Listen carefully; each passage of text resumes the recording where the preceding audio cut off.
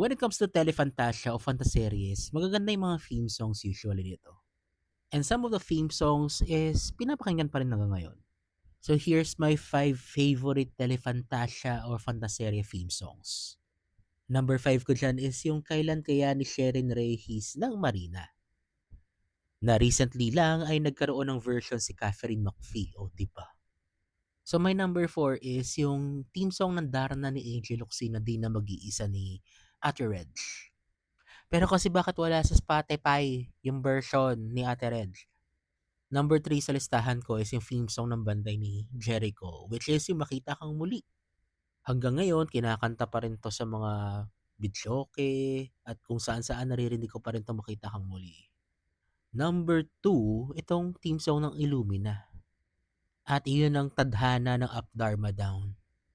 Well, yung Tadhana was used by different shows, different movies, pero dito talaga siya nagsimula.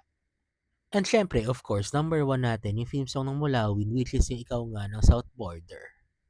Na kapag narinig mo yung Ikaw Nga, parang gusto mo na rin maging mulawin at spread ang inyong mga pakpak. Charing. Well, marami pang mga magagandang theme songs, yung mga fantaseries, Telefantasia, pero kayo, anong mga pinaka-favorite nyo?